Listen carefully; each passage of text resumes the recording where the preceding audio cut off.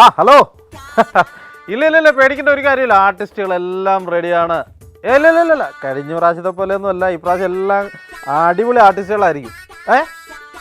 ഇല്ല ഈ പ്രാവശ്യം ഞാൻ നാഡ് ഡയറക്റ്റ് ചെയ്യിക്കാൻ പോകുന്ന ആരെ കൊണ്ടാണെന്നറിയോ?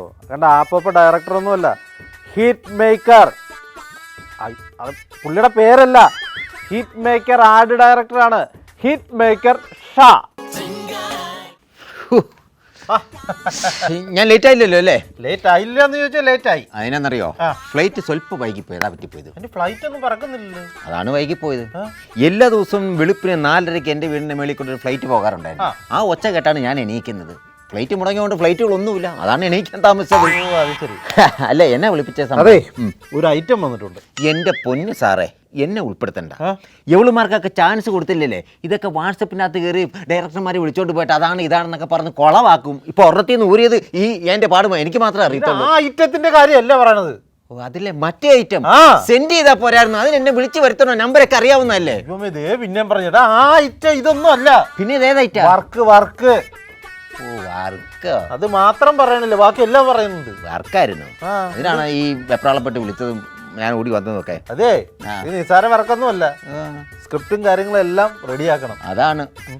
സ്ക്രിപ്റ്റ് ആയിട്ടില്ലേ? MD ആണ്. MD വാസുദേവ് നായര. അത് പരസ്യത്തിന് വേണ്ടി സ്ക്രിപ്റ്റ് എഴുതുന്ന? അയ്യോ, ആ MD അല്ല. പിന്നെ MD എന്ന് പറഞ്ഞാൽ ഒന്നും ആയിട്ടില്ല, നീ റെഡിയാക്കണം. സ്ക്രിപ്റ്റ് ആയിട്ടില്ല? ഇല്ല, ഞാൻ ഉണ്ടാക്കണം. അത് ശരി, അതൊക്കെ പോട്ട്. ആർട്ടിസ്റ്റ് റെഡിയാക്കിയിട്ടുണ്ടോ? ആർട്ടിസ്റ്റും MD ആണ്. അത് ഞാൻ ഉണ്ടാക്കണം. കൊള്ളാം, നല്ല പ്രൊഡ്യൂസർ. അത് പോട്ടെ, മെയിലോ ഫീമെയിലോ ആർട്ടിസ്റ്റ് വേണ്ടത്? നമുക്ക് ഫീമെയിലാ നല്ലത്, അതാ ബ്രാൻഡ്. ഫീമെയിലാണ് പാട്. എന്ത് പറ്റി? നീ വിളിച്ചാൽ കിട്ടൂലേ? വിളിച്ചാൽ കിട്ടും. ചിലതൊന്നും എൻ്റെ ഫോൺ നമ്പർ കണ്ട് അടിക്കുകയില്ല. ഓച്ചാന്തി എടുത്ത് മിനി, സുജാത, പിന്നെ പുളിയിറക്കോണം, എന്നാണ് തങ്കമണി, ഇതൊന്നും ഫോൺ കണ്ട എടുക്കുക. അതൊന്നും ഈ ബ്രാൻഡിന് പറ്റത്തില്ല. ഇത് അത്യാവശ്യം നല്ലൊരു കാണാനൊരു ലുക്കുള്ള ആരെങ്കിലും ഒക്കെ വേണം. പിന്നെ കാണാൻ ലുക്കുള്ളത് അത്യാവശ്യം ഒരു പാർട്ടി ഉണ്ട്. പറ. എൻ്റെ പഴയ ഒരു രഹസ്യക്കാരിയാ. രഹസ്യമല്ല, പരസ്യക്കാരിയാ. എന്റെ പഴയ ഒരു പരസ്യത്തിൽ അവൾ അഭിനയിച്ചിട്ടുണ്ട്. അതാണ്. പക്ഷെ പൈസ ഇപ്പൊ കൂടും കേട്ടോ. നീ പറ, ആളെ പറ, നോക്കട്ടെ. കരിഷ്മ കപൂർ. അത് ഹിന്ദിയിലൊക്കെ അഭിനയിക്കുന്ന നടിയൊക്കെ. അയ്യോ, അത് പറ്റത്തില്ല, അത്രയും പൈസ നമുക്കില്ല, ബഡ്ജറ്റ് ഇല്ല. ഹിന്ദിയിലെ കരിഷ്മ കപൂർ അല്ല, ഇത് കേരളത്തിലെ ലോക്കൽ.